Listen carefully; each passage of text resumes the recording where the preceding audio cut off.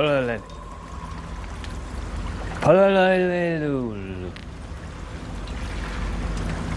Parley. Parsnip. Sleep. Partner. Parley. That's the one. Parley. Parley. Parley. Damn to the depths whatever mutton they thought of.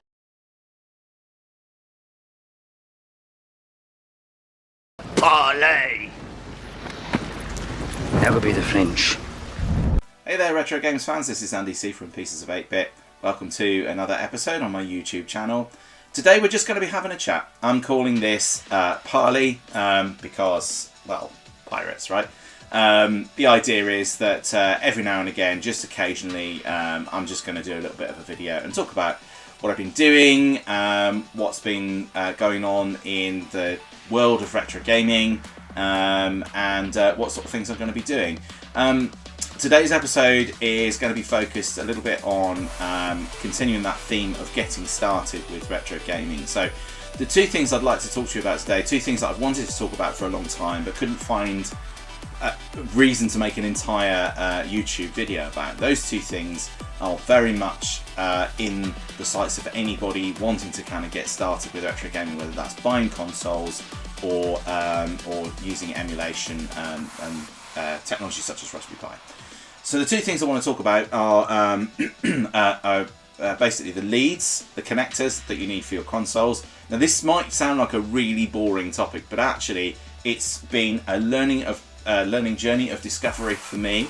I have a number of old consoles, and my default position with all of these, because they come with the default leads, is to use just the standard leads out of the box. When I plugged my first early new purchases of old consoles into a modern television with HDMI, I was pretty disappointed with the results. But fear not, there are some tips and tricks in terms of just simply replacing the cables for each of those consoles, and you will get much better results. Now obviously, as I've been making videos for games and plugging old consoles into the computer for recording videos, having that clarity and that improved picture is really important to me. So I'm going to pass on some of those learnings with you, and I want to try and keep it really, really simple. So I'm not going to go into the depths of the science around all of these different display technologies. I'm going to talk to you a little bit about the consoles and what sort of leads and things you can buy, and give you some idea about the differences that you're going to find. Try and keep it as relatively inexpensive as I possibly can. The other thing I want to talk to you about today is Abandonware. So Abandonware is a really interesting topic. There are loads of sites out on the web that are freely available.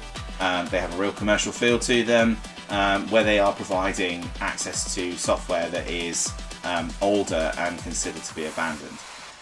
This is a bit of a grey area, so it's kind of an open discussion topic, so I'm just going to talk about it. Please feel free to comment and let me know your thoughts. But I'm not a legal expert, so I don't fully understand all of the copyright laws and bits and pieces associated with those, especially not in each country.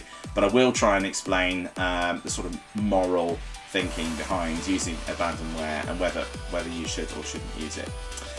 And the other thing I'm going to do, which I'm going to talk about in just a moment, is just kind of what I've been up to, what sort of things I want to be doing over the next sort of few months, how I might be just adapting the channel slightly, talking about some of the events that I'd quite like to get to following the success of the revival event that I went to earlier this year. So let's absolutely get stuck in. If you enjoy these videos, as always, you know what I'm going to say. Please do like and subscribe. It really helps keep me motivated and want to make more. Obviously, if you don't like and subscribe, then well, I'll just be sad. So please do. So let's, without any further ado, let's get stuck in with the first section. Okay, so for those of you who watch City Skylines with Biffa, or Biffa Plays Indie Games, you'll know that he has his cup of tea. I got my cup of coffee, so let's get stuck in. In fact, before... that's better. So before I kind of start talking about some of the other topics that I mentioned earlier, I just wanted to talk to you a little bit about what I've been up to. So for those of you who know me, you'll know that I am an avid gamer, and that doesn't just, I'm not just limited to playing 8-bit and 16-bit games from the 80s and 90s. Actually, I spend probably most of my time, in fact, actually playing games from, now.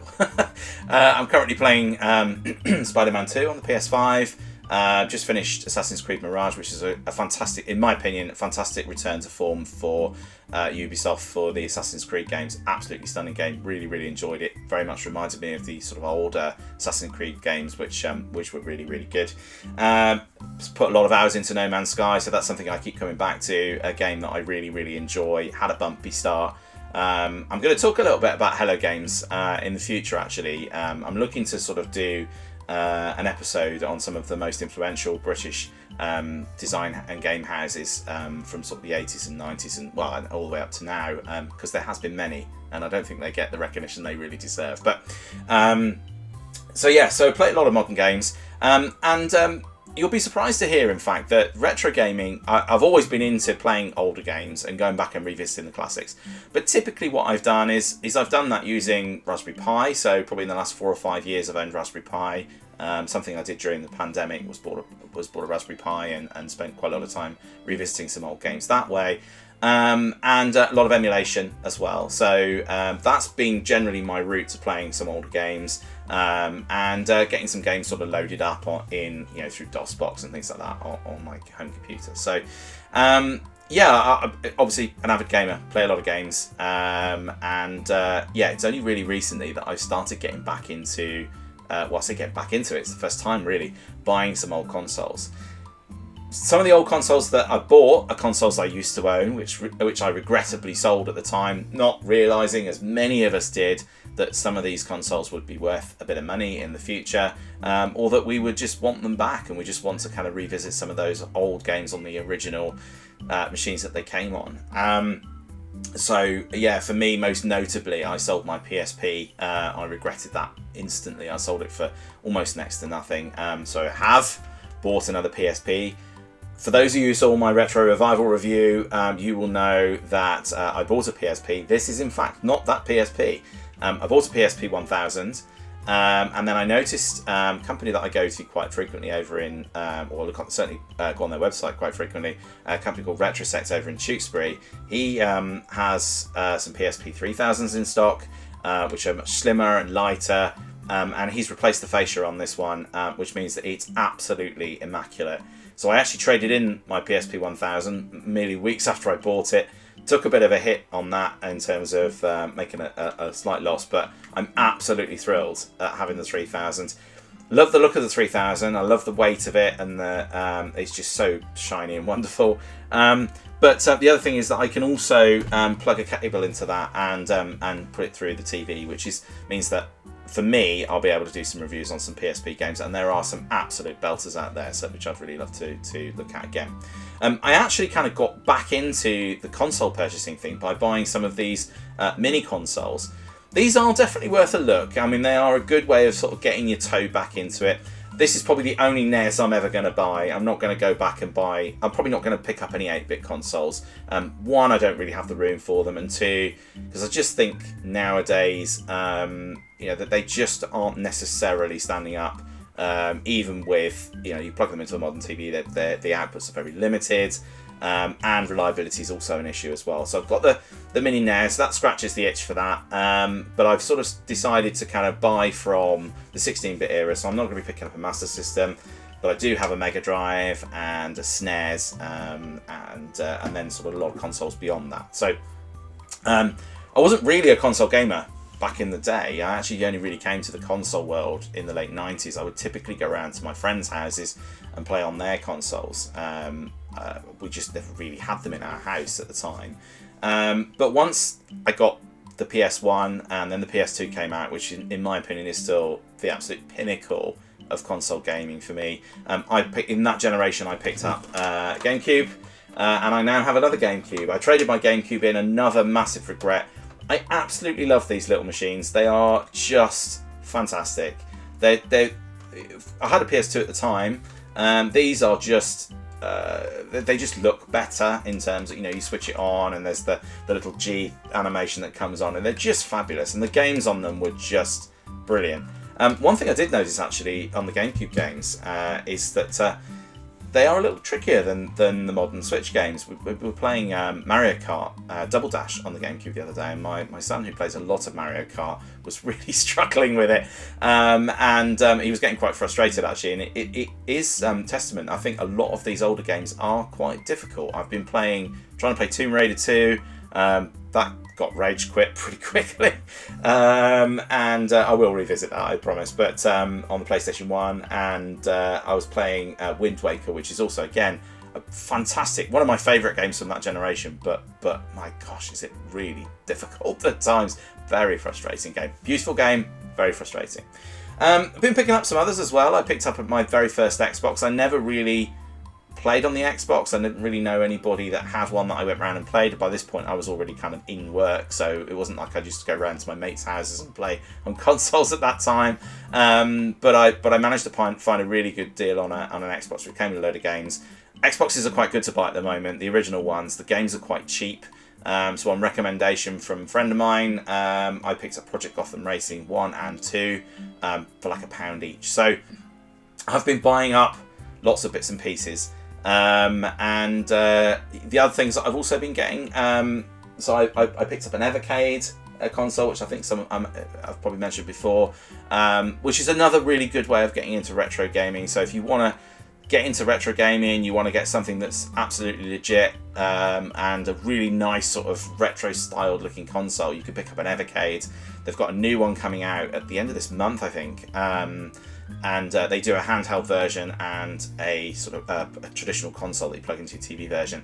Everything's cartridge based, which is lovely, and each cartridge comes with a number of different games. So the one that they're doing at the end of this month is going to come with a cartridge which contains Tomb Raider 1, 2 and 3 on it. I've got loads of games on that already. It came with a load of Atari games, some Namco games. My kids bought me a few Worms games on a cartridge for Father's Day, which was lovely. So yeah, and the other thing I wanted to show you, which I'm absolutely loving, which I never owned, let me just reach around here, is Dreamcast. So I did know someone who had a Dreamcast. I lived with someone who had a Dreamcast, which I played on. This is another, bit like the Cube. It wasn't a massive commercial success, but it is, in my opinion, an absolutely fantastic console. And I'll be talking about this a little bit later, because getting this one hooked up has been a real battle for me. So yeah, buying lots of consoles, finding games, it's very easy for it to become an addiction. I'm sure of that. So that's what I've been doing. So yeah, just trying to think if there's anything else. That's probably it, really. So yeah, if you want to get out there and buy some consoles, I would suggest doing it sooner rather than later. The value of retro consoles, especially some of the 16-bit ones like the SNES, are really starting to go up in value. Some consoles, like the Xbox, is still relatively inexpensive. The PlayStation 1, surprisingly, is still relatively inexpensive. Consoles like the PS2, that's going up in value. I still have, weirdly, after selling all those consoles, I still have my PS2. I was actually at my mother-in-law's house when I sort of finished with it. I bought PS3 and I kind of gave it to them, and it sat in a box at their house.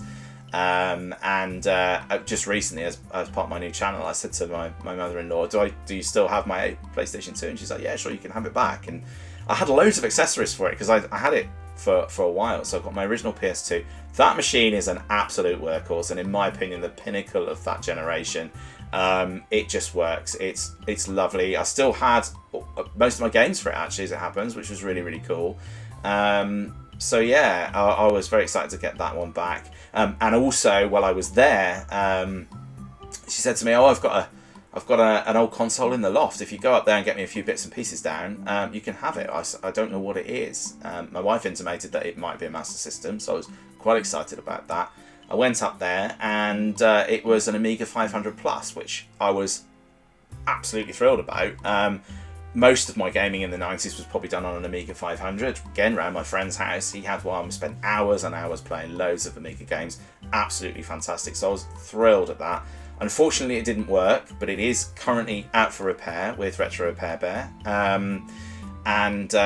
I'm very excited. Hopefully she can fix it, and I'll be able to get playing on that again. I do have an Amiga 500 Mini, which is certainly scratching the itch at the moment, and there might be some more stuff to come as well, but more on that later.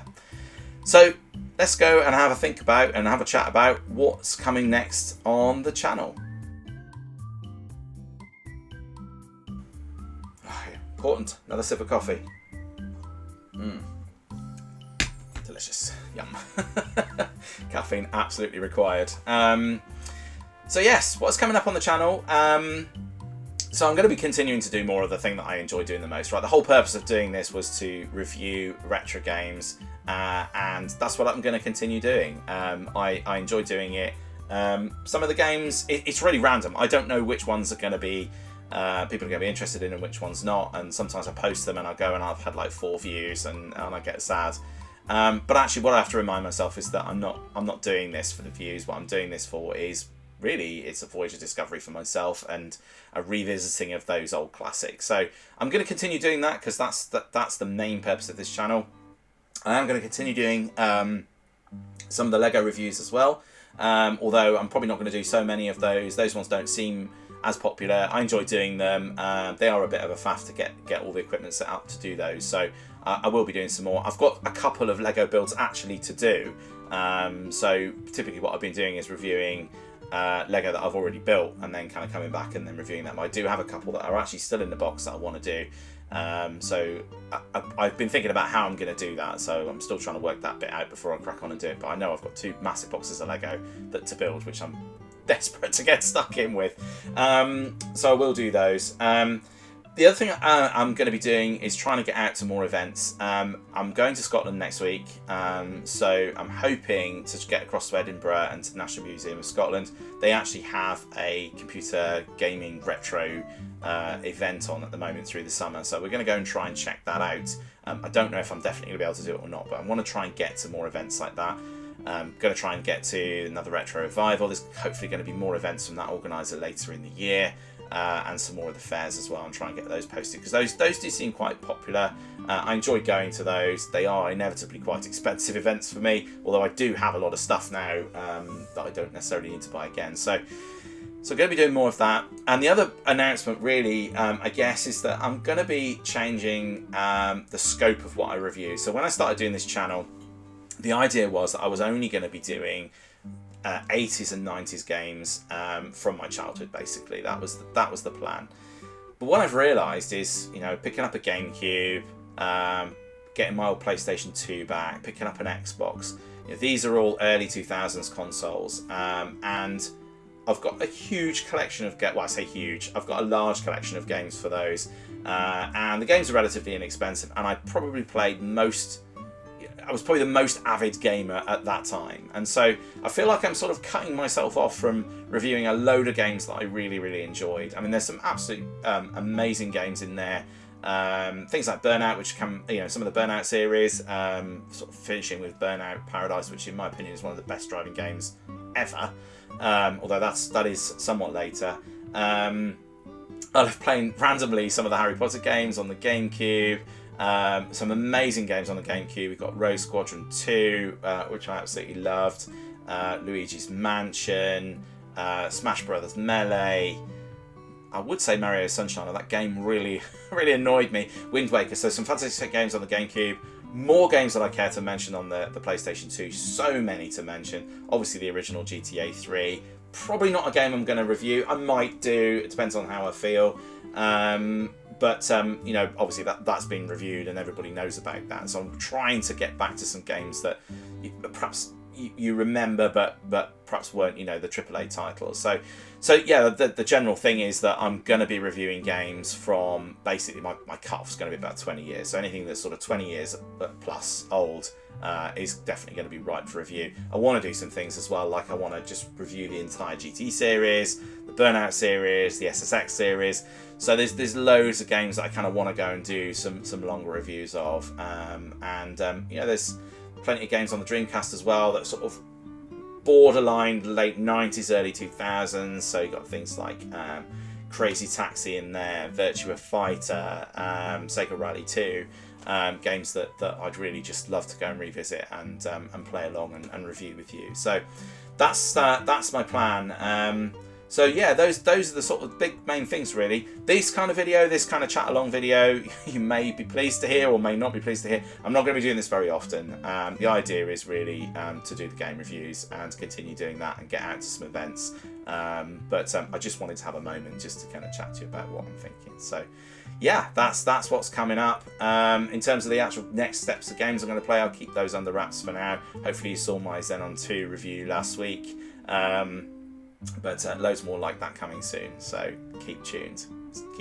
Stay tuned. Thanks. Right, let's get on to our other topics then. So first up, I'm going to talk to you about some of the leads. So going to go make myself another brew. I'll be right back with you.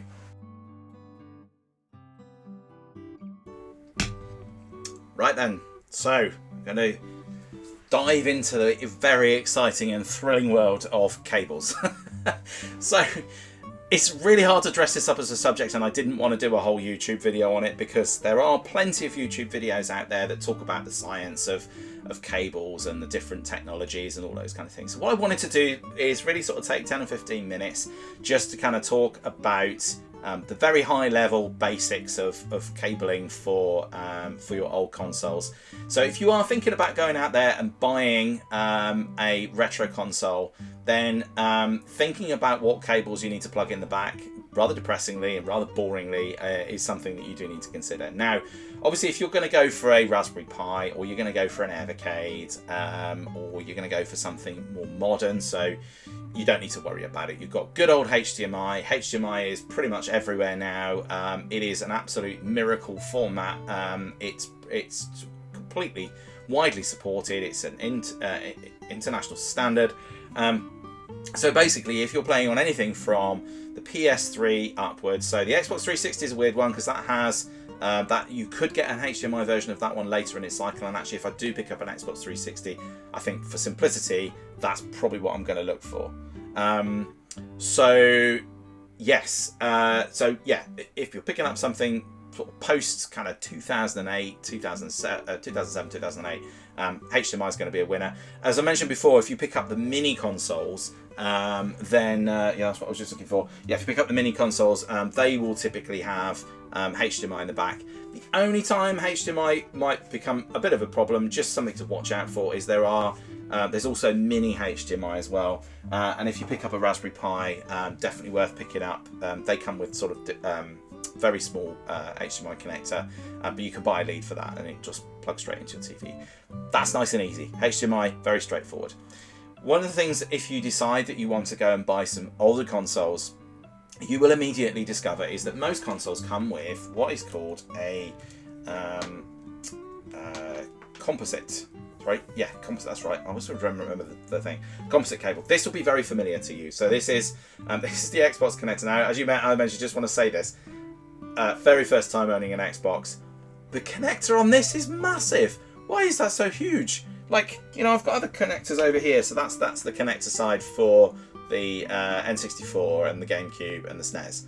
I mean, it's like, why does it need to be so massive?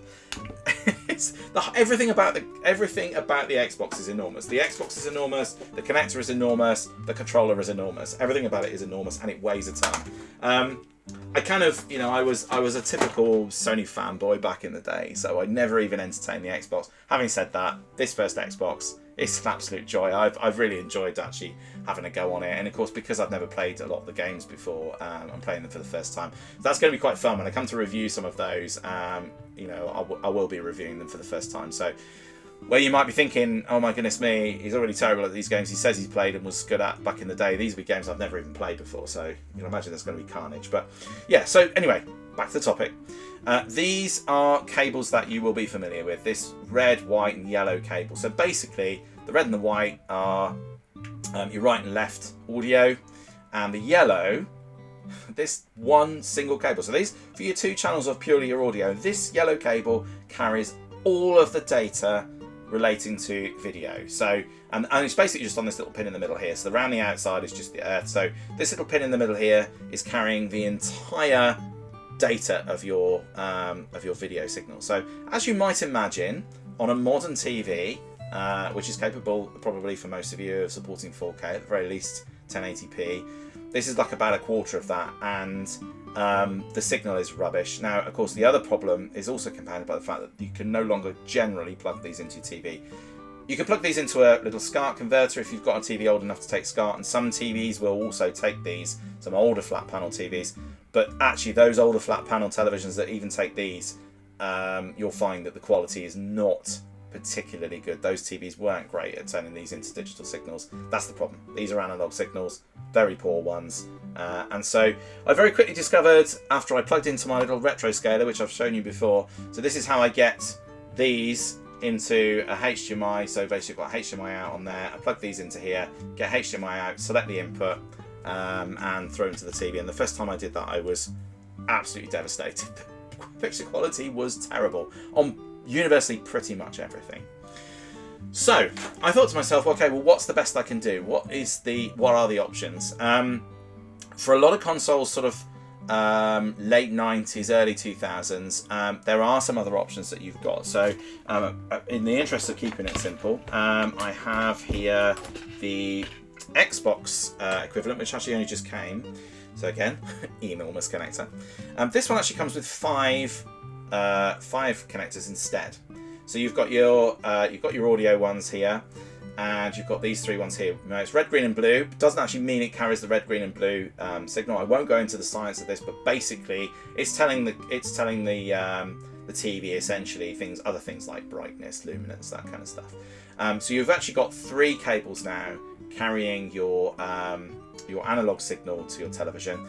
Now you still can use the retro scaler or any retro tink device or anything else that you've got, as long as it supports these sorts of cables. Now these are typically called component. So you've got composite, which is the red, white, and yellow, and component, which is this. These carry a much better signal to your console. Now this is where it starts to get a little bit complicated, because not all consoles will support this, and it doesn't always necessarily follow the age, and it also depends on which region your console is from, as well as to what sort of things it supports. So I'm going to try and keep this as simple as I possibly can. In terms of region, there were typically two. So you had PAL, which was largely the European standard, and you had NTSC, which was largely the American and Japanese standard. Again, I won't go into the science of that. Consoles would typically support different standards depending on where you bought them from, and it depended on the console as well. So definitely go and have a look. If you're buying an old console, go and have a look at what things it outputs. Some of the NTSC consoles, so some of the Japanese and American consoles, supported a format called S-Video, which is sort of like, it's still component basically, but it's all in one lead, and it kind of separates out the signal, but in one lead. It's like a little sort of, if you ever remember the old PS2 connectors that you used to get on the, like, for your keyboard and mouse, it's a similar sort of connector, a bit bigger than that.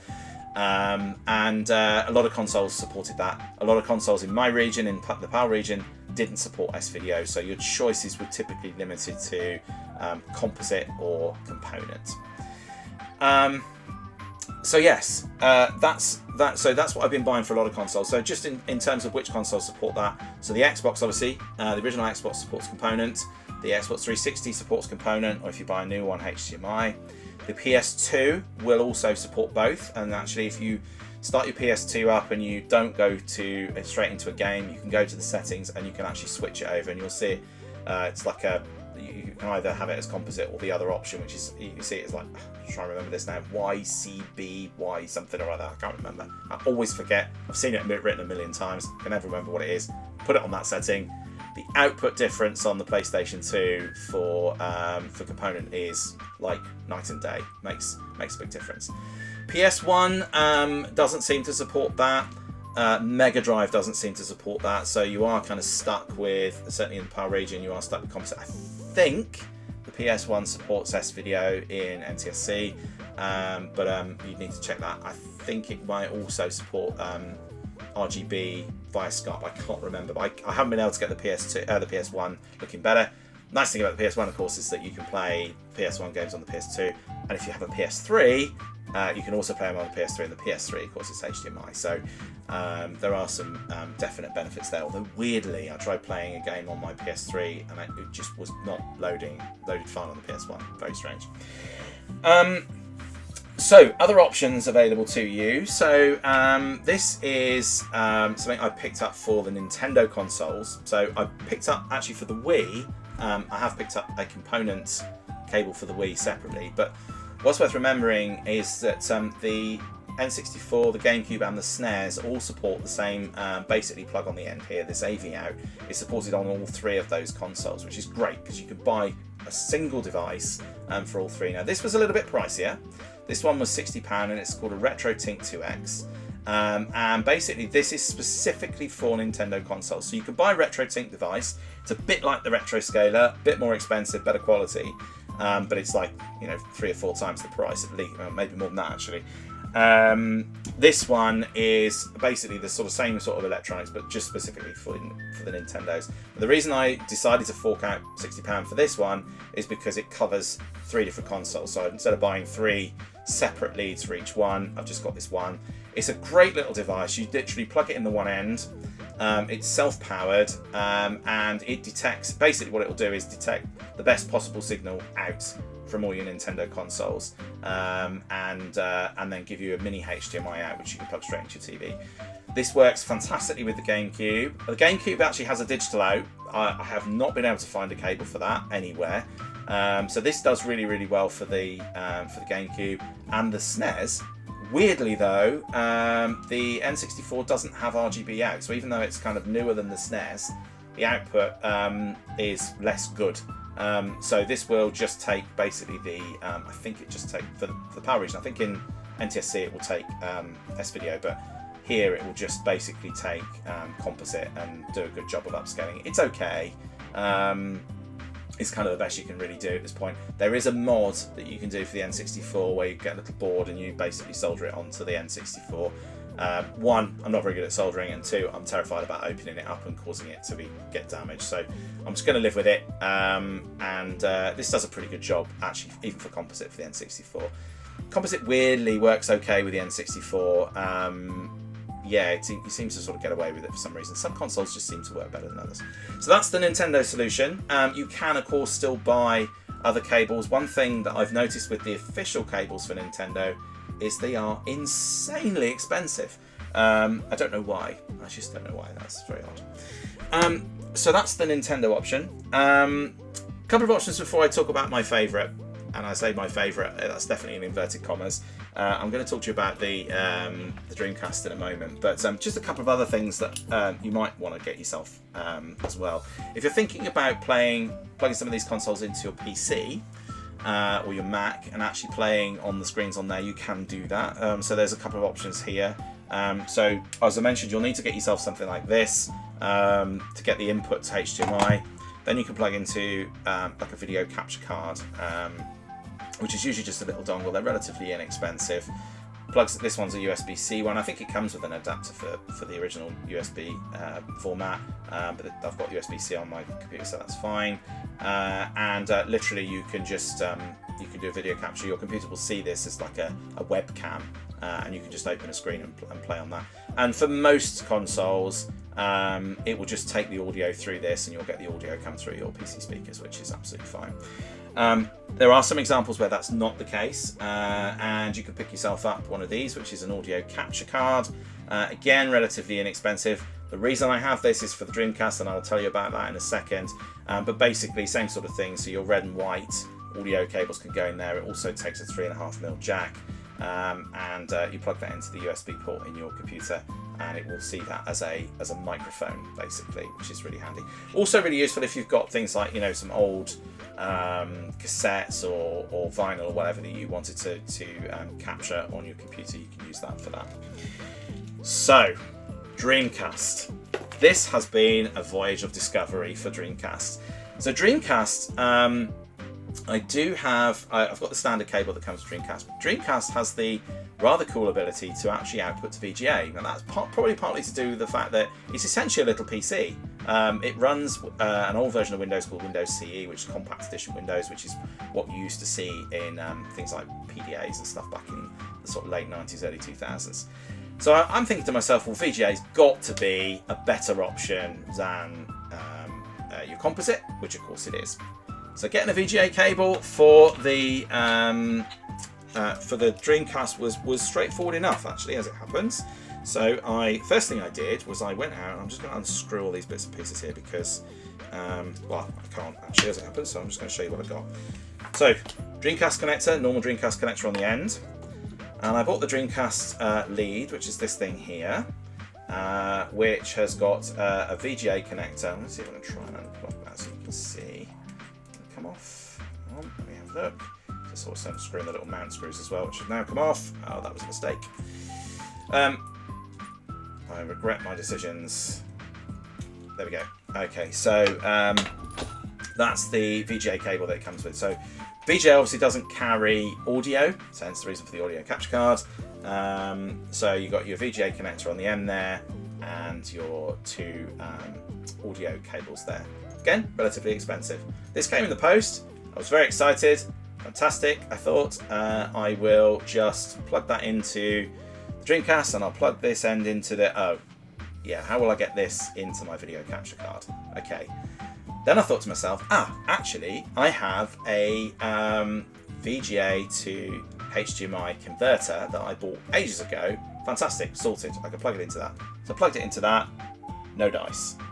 Right, okay. Then I looked at it and realised that it was a HDMI to VGA connector. Important but subtle difference, but the direction is incorrect, which means essentially it's for plugging in like a, I don't know, like if you wanted to plug your PS3 into an old VGA monitor, for instance, you would use it for that. I want to do it the other way around, which is I want to take a VGA device and plug it into something HDMI. Right, okay. So I then went out and I bought one of these, which is a VGA to HDMI converter. So it's got the little HDMI connector on the end and the VGA part there. You'll see there's this little thing plugged in here. This is the other thing I then discovered. So great, this arrived at the post, and I went to plug these two things in, and I went, oh, yes, they don't connect together. Fantastic. So I then had to go and buy a female to female VGA converter, again, relatively expensive. That came in the post, and I was then able to plug those two things together. The final part of the conundrum was, where the heck do I plug the audio into? Now, most modern computers, as you will know, will not have these red and white connectors in the back. I had already bought a composite audio to 3.5mm jack, plugged that into the computer. That also didn't work, largely because I think it's supposed to only just be for headphones. So I then had to buy this, which is the audio capture card, which I mentioned before. So I've got that plugged into one USB, and I have the other lead plugged into the other side. Now, that all sounds very complicated. But to summarise for you, the things you would need to buy for the Dreamcast to get VGA is the Dreamcast VGA cable, a female to female connector, which is super cheap. Usually get two in a pack. That costs about £3, about $5. A audio capture card, unless you have another way of getting that audio straight into a computer, and the VGA to HDMI converter, which also the final part of that, I realised that USB is there to power it, because if you don't power it, it doesn't work. So I plugged all of this stuff in, none of it came on. I was like, oh, I've bought all this stuff and I've fiddled about it for ages and it still doesn't work. Plugged it in, I thought, I wonder if that's for power. Plugged the USB in, it all powered on, absolutely beautiful, totally worth it. So there is basically about 4 parts you need for the Dreamcast. So yeah, VGA cable, female to female converter, audio capture card if you need it, and VGA to HDMI adapter. So all in all, the total cost of the cables probably ends up being about £30 if you don't include the audio capture card, which I'll use for some other things as well. Yes, it is totally worth it. The difference is amazing. So VGA on the Dreamcast looks fantastic. So there you go. I said I wouldn't talk about it for too long. Just looking at the timer here, I've been speaking for about 18 minutes on cables. To summarise then, for the most part, you will have those composite cables. Remember those red, yellow and white ones. You're going to want to see if you can get RGB. Those will just give you, components. they're interchangeable terms. Those component ones, so that's the red, green, blue, and then the red and white audio one. So that's this one. If your console supports those, you're onto a winner. That will look so much better, even through a device like this. That will look so much better on your television. So definitely go for that. If you can stretch to it, I'll put the link in the description. I think it's Retro Gaming Cables, the company that sells these. They have loads of options, and they do these for other devices as well. One thing to bear in mind with these, if you've got a Mega Drive, it won't support the Mega Drive 1. It'll only support the Mega Drive 2, which is kind of annoying because I have a Mega Drive 1, which is kind of irritating. I am stuck with composite on that. But yeah, for most consoles, those 5-pin ones, so PS2, Wii, Gamecube, not Dreamcast, Gamecube, I'm just looking at my consoles here, SNES, did I say the Wii? I think I did already. They all support that. Xbox 360, and I think the Saturn as well, the Sega Saturn as well, if you're lucky enough to have one of those, will all support that. And Xbox will also support that, those RGBs. So those are the ones to look out for. They are relatively inexpensive. Definitely go find them. The sort of relatively sort of £5, £6, £7 ones that you'll find on Amazon do the job absolutely fine. So don't worry too much about spending a lot of money there. There are lots of other expensive cabling options if you want them, but such as the Retro Tink. But hopefully that's a bit of a flavour. So even though I tried to keep it simple, there was still a lot to say, and that's because it's a complicated topic. Overall, everything supports something different. It's lovely nowadays that everything is just HDMI. It just is so much better. So yes, hope that was helpful. So let's talk a little bit about Abandonware. Okay, let's talk about Abandonware. I have my fresh cup and I'm ready to go. If you're still watching at this point, well done for sticking through. That was a long old slog on the cables there. So yeah, thanks for listening. Hopefully you can just sort of find some useful bits in there if you're thinking about buying an old console, and hopefully get the usefulness that you need from that video. I'll try and get some bits and pieces into the description as well, but it's obviously doesn't really make sense to transcribe the entire video into the description. That seems madness. So I will try and give you just a summary of what connects to what, just so that you can kind of go and find that out if you want to refer back to it. So I was just going to talk to you about Abandonware. I'll keep this bit quite short. Ultimately, Abandonware is kind of how, if I'm completely honest, how I kind of got started back into the retro gaming scene. So I mentioned to you before that I've got a Retro Pi. I've got a couple of Retro Pis actually. So I have the Pi Cage, which is the little sort of mini arcade cabinet thing, which I've shown you in the past, and I plan to do a review, probably way off when, but I will. I just love that machine. It's fantastic. And I have a little Retro Pi under the TV in a little sort of NES style case on there. So the question really then comes down to, how do I get hold of the games for Retro Pi? Now, as I said before, I'm no legal expert here, so please don't take my advice as legally binding or as something that you would stand up in a court of law. It absolutely wouldn't. So what I'm telling you here is just kind of my opinion really on the Abandonware piece, and sort of perceived legalities and moral aspects of it. So I think, ultimately, is Abandonware legal? The easy answer to that question is no, not really. I think copyright laws will vary from country to country. So certainly in the UK, copyright extends to about 50 years. So there's very little in the gaming world at the moment that falls outside of that 50-year category. We'd have to be talking about some Fairchild games from probably the mid-70s, 1974 and back. So there really isn't much. Obviously over the next 10 years that's going to change a lot, because a lot of games will come into that 50-year bracket and they will fall out of copyright, and then obviously that is much easier. But we're still talking about games from the early 80s, so games from the 90s, it's going to be a long time before they are out of copyright.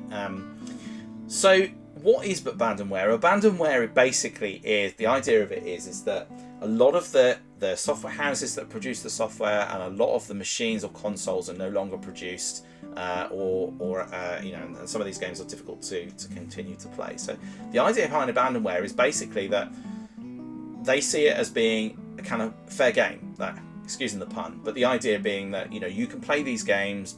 developers don't really care about them anymore. Nobody's going to come after you for copyright, because ultimately you could argue that they're out of support. The hardware is out of support, and so you're just, you're using them there for archival purposes only. And I think morally, there are some games on there that are impossible to find anywhere else, and so like if you really want to go back and play some old things, and you can't find those games anywhere else, then the Abandonware scene is a good place to look. And there are thousands and thousands of games in there. Some real, some games that were AAA titles back in the day. I right at the beginning of this YouTube channel, I was playing Need for Speed 2, which was a game that I was massively into. It was a big franchise even by then, and that game is available on Abandonware, and obviously Electronic Arts are still around, but the feeling is that they don't really care about that anymore. If you go to sites like Abandonware or Abandonware, Abandonware in particular has a lot of games that you can play through the browser. So really, for the consumer, it's quite low risk because you're not downloading anything, you're not distributing anything, you're just playing a game through a browser. So really, and again, don't take this as solid legal advice, but I think you can go and do that and feel relatively comfortable and playing those games on there. Some games are freely distributed, so if you go on things like the Oliver Twins website, you can actually go and play the Dizzy games on there for free. So there are games out there where they probably can copyright, but the developers themselves have allowed you to go and play those for free. So worth going and spotting those as well.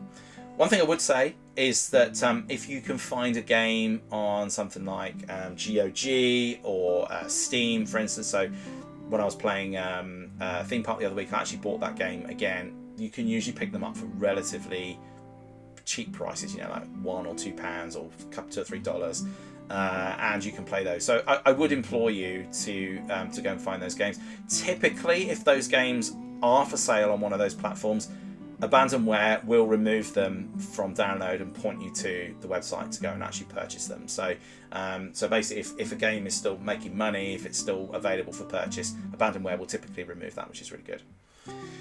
So in terms of the moral side of it, so morally, again, it feels like a bit of a grey area, and obviously this is just my opinion.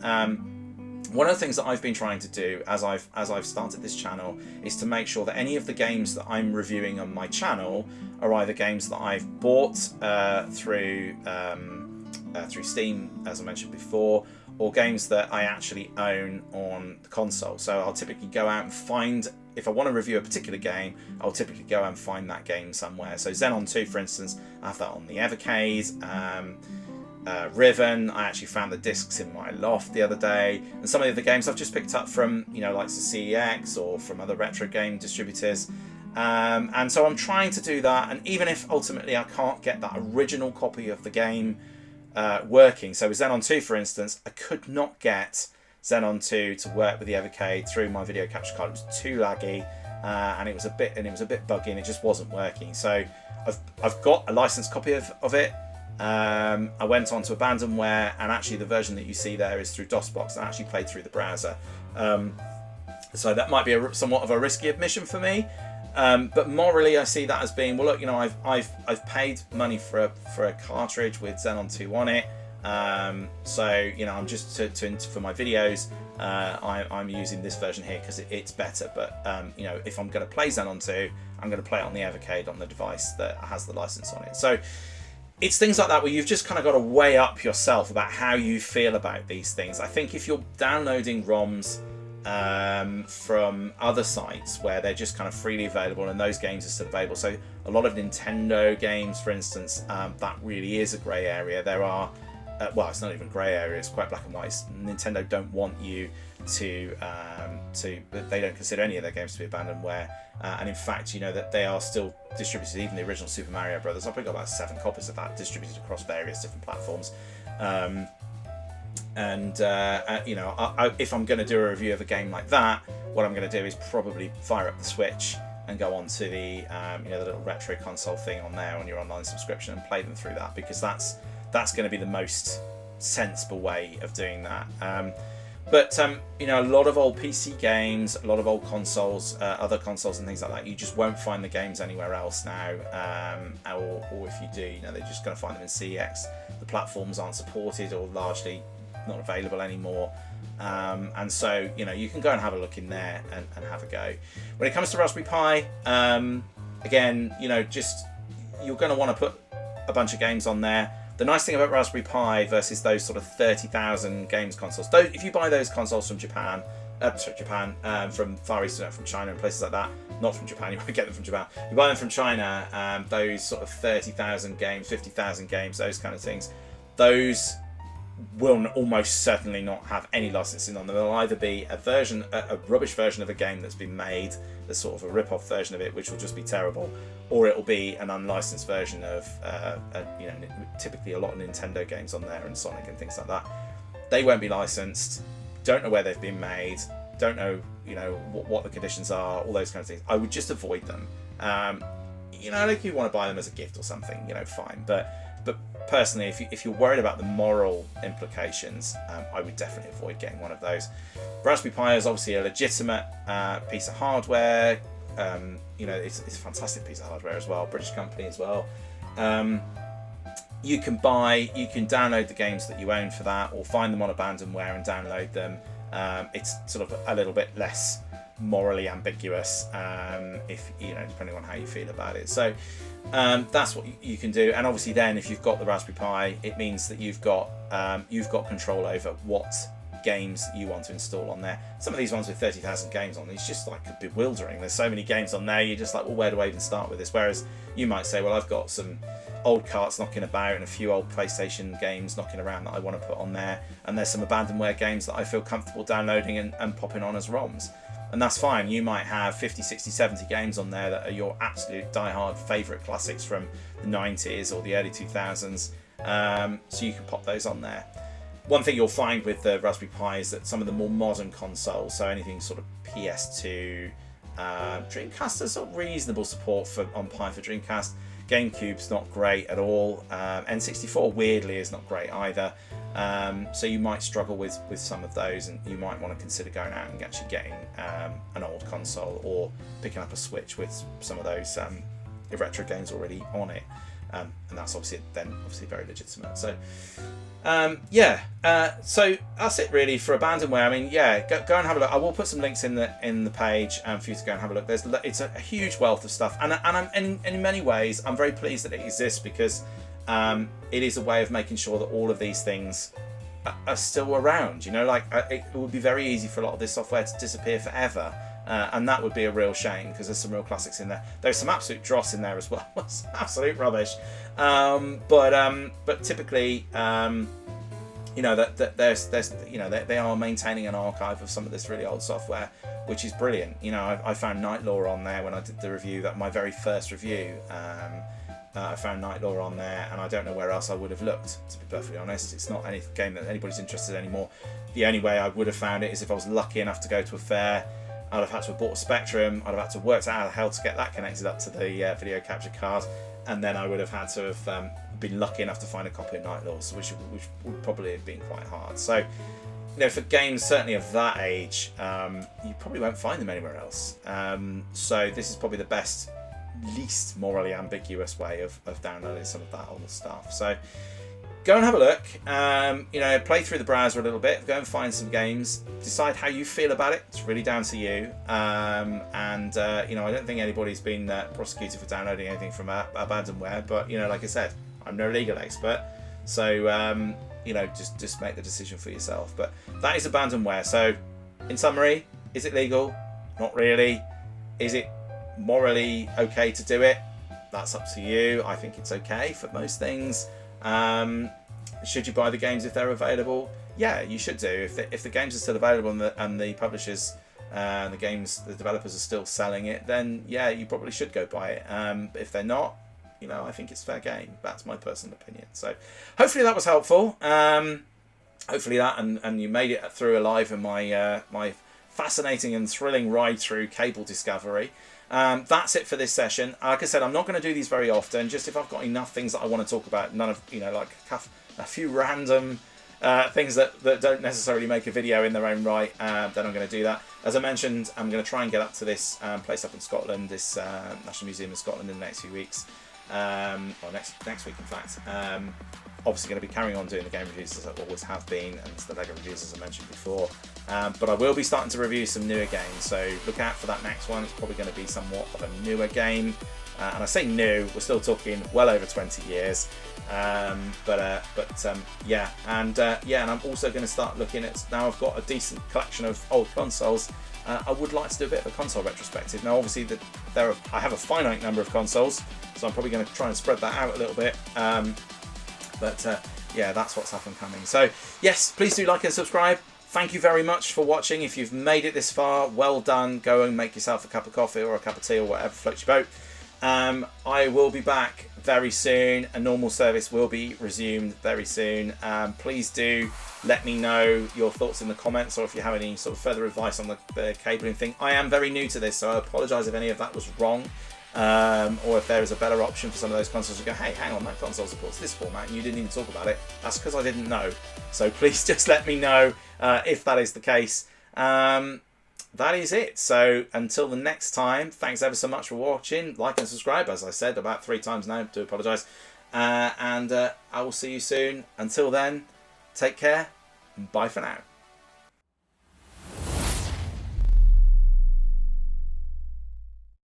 I really loved my Gamecube at the time. Oh no!